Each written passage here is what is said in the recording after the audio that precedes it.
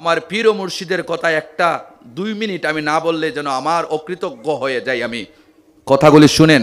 গতকালকে নেত্রকোনার মধ্যে ছিলাম, নেত্রকোনার মধ্যে এই কথাগুলি বললাম। অনেকরা দাঁড়িয়ে বললেন, হুজুর নেত্রকোনা ময়মনসিংহ বৃহত্তর এই 2 জেলার ভিতরে ফুলতলি সাহেব কিবলার লতিফ হ্যান্সের মাধ্যমে হাজার হাজার মসজিদ নির্মাণ হচ্ছে। আলহামদুলিল্লাহ পড়েন। লতিফ হ্যান্সের মাধ্যমে হাজার হাজার মসজিদ বাংলাদেশে বৃহত্তর, শুধু ময়মনসিংহ নয়, নেত্রকোনা নয়, বগুড়ায় নয়, রাজশাহী নয়, কুমিল্লা নয়, সুনামগঞ্জ নয়, জামালগঞ্জ নয়, সিলেট নয়, বৃহত্তর বাংলাদেশের কোনায় কোনায় যেখানে মসজিদ নাই, মাদ্রাসা নাই, সেখানে মসজিদ নির্মাণের কাজ, সেখানে মাদ্রাসা নির্মাণের কাজ, দ্বীনের কাজ, তিলাওয়াতের কাজ, ধারণ কেরাতের দাওয়াত আমার পীর ও মুর্শিদের লতিফ হ্যান্সের মাধ্যমে জায়গায় জায়গায় পৌঁছে যাচ্ছে। আলহামদুলিল্লাহ পড়েন। খুশি না বেজার আপনারা? আলহামদুলিল্লাহ।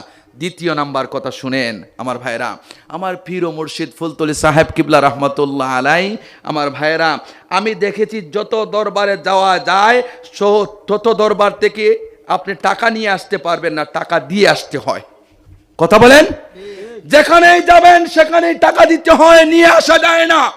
আমার পীর ও মুর্শিদ শামসুল উলামা ফুলতলি সাহেব কিবলা রহমতুল্লাহ আলাইহির বাড়িতে গেলে টাকা নিয়ে আসা লাগে। সুবহানাল্লাহ পড়েন।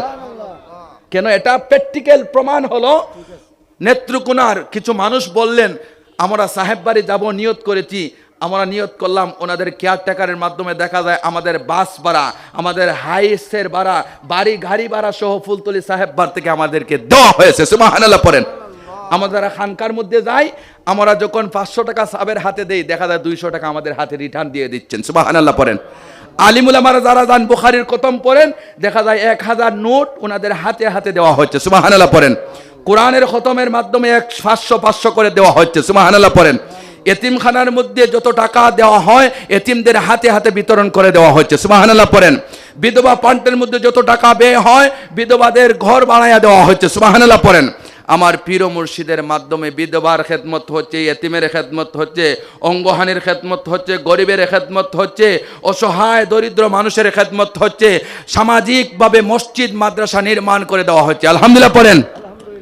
এজন্য আমার ভাইয়েরা আমরা বলতে পারি আমাদের পীর ও মুর্শিদ শামসুল উলামা পৃথিবীর মধ্যে সর্বশ্রেষ্ঠ ওলায়াতের দরজা হাসিল করে সত্যিকারের একজন ওলি হিসাবে গণ্য আমাদের কাছে। কথা বলে ঠিক কিনা? যত দরবারে গেলে সেজদা দিতে হয়, আমার পীর ও মুর্শিদের দরবারে গেলে সেজদার কোনো স্থান নাই। আছে কি? আল্লাহ পাক যেন আপনাকে আমাকে পীর ও মুর্শিদের রশিকে যেইভাবে ধরেছি এইভাবে যেন ধরে মৃত্যুর আগ পর্যন্ত থাকার তৌফিক দান করেন। সবাই বলে